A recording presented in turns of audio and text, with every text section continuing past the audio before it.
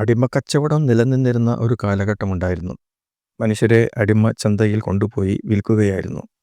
വാങ്ങുന്ന യജമാനനെ ജീവാവസാനം വരെ സേവിക്കുക എന്നതായിരുന്നു അടിമകളുടെ അവസ്ഥ.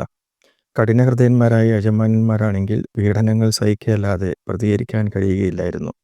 ഒരു അടിമ കൊല്ലപ്പെട്ടാൽ പോലും ആരും ചോദ്യം ചെയ്യുകയില്ല. കോടതിയും ഭരണകൂടവും കൈമലർത്തി നിൽക്കുക പതിവായിരുന്നു. ഏറ്റവും കിരാതമായ ഒരു സമ്പ്രദായമായിരുന്നു അത്.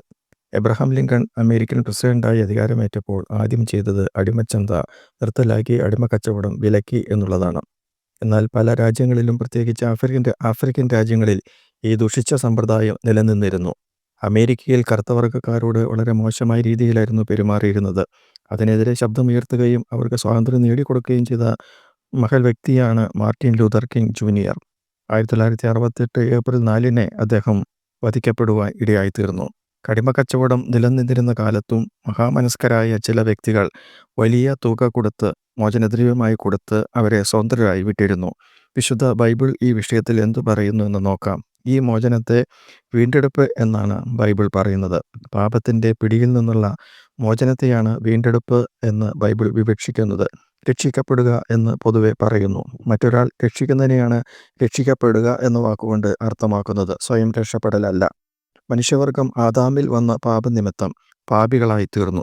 ദൈവവുമായുള്ള ബന്ധം വിച്ഛേദിക്കപ്പെട്ടു. പാപനിമിത്തം ദൈവത്തിൽ നിന്നും വേർപെട്ട മനുഷ്യവർഗത്തെ പാപത്തിൻ്റെ അടിമത്തത്തിൽ നിന്നും വിടുവിച്ച് ദൈവത്തിങ്കിലേക്ക് തിരികെ കൊണ്ടുവരിക എന്ന ദൗത്യമാണ് ക്രിസ്തു ചെയ്തത്. തൻ്റെ യാഗമരണത്തിലൂടെയാണ് അത് സാധിപ്പിച്ചത്. ചില വേദഭാഗങ്ങൾ ഇവിടെ ഉദ്ധരിക്കട്ടെ. അവനിൽ യേശുക്രിസ്തുവിലൂടെ നമുക്ക് പാപമോചനം എന്ന വീണ്ടെടുപ്പ് ഉണ്ട്. കൊലോസ്യർ 1:14. നമ്മെ ഇരുട്ടിൻ്റെ അധികാരത്തിൽ നിന്നും വിളിച്ചു സ്നേഹസ്വരൂപനായ പുത്രൻ്റെ രാജ്യത്തിലേക്ക് ആക്കിവെച്ചു. കൊലോസ്യർ 1:13. പാപത്തിൻ്റെ അടിമത്തത്തിൽ നിന്നും വിടുവിച്ച് ദൈവത്തിന് ദാസന്മാരായി തീരുവാൻ ക്രിസ്തു മനുഷ്യവർഗത്തിൻ്റെ പാപം സ്വയം ഏറ്റെടുത്തുകൊണ്ട് ദൈവത്തിൽ നിന്നും ശിക്ഷ ഏറ്റുവാങ്ങി. ശിക്ഷിക്കപ്പെടേണ്ട മനുഷ്യനെ ക്രിസ്തു മുഖാന്തരം സ്വതന്ത്രനാക്കി. അതിനെ വീണ്ടെടുപ്പ് വില അഥവാ മോചനദ്രവ്യം കൊടുത്തേ മതിയാകൂ. പൊന്നും വെള്ളിയും പണവും കൊടുത്ത് പാപമോചനം അസാധ്യമാണ്. മനുഷ്യൻ്റെ വീണ്ടെടുപ്പ് വില പരിശുദ്ധനായ ക്രിസ്തുവിൻ്റെ രക്തം തന്നെയായിരുന്നു. വിലയേറിയ രക്തം എന്നാണ് ബൈബിൾ അതിനെ വിശേഷിപ്പിക്കുന്നത്. ക്രിസ്തു ക്രൂശിൽ മരിച്ചത് തൻ്റെ പാപപരിഹാരത്തിനായിട്ടല്ല, പ്രത്യുത നമ്മുടെ ഓരോരുത്തരുടെയും പാപത്തിൽ നിന്ന് വിടുതലിന് വേണ്ടിയായിരുന്നു. ക്രിസ്തു ക്രൂശിക്കപ്പെട്ടതുപോലെ ക്രൂശിൽ തൂങ്ങിക്കിടക്കുന്നത് കൊണ്ടോ ഭാരമുള്ള മരക്കുരിശ് ചുമന്ന് നടന്നതുകൊണ്ടോ ഒരാളുടെയും പാപം പരിഹരിക്കപ്പെടുന്നില്ല.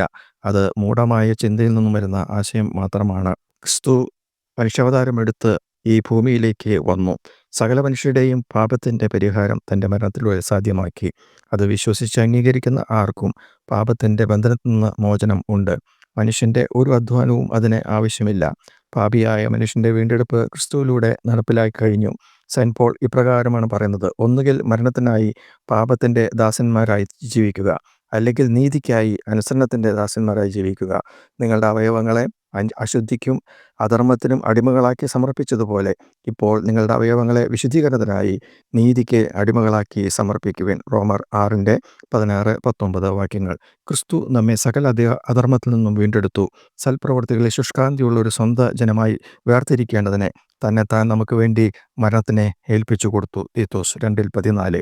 വിയർപ്പിൻ്റെ ഈ പൺപുലേരിയിൽ വീണ്ടെടുപ്പ് നിങ്ങൾക്കും സാധ്യമാകട്ടെ.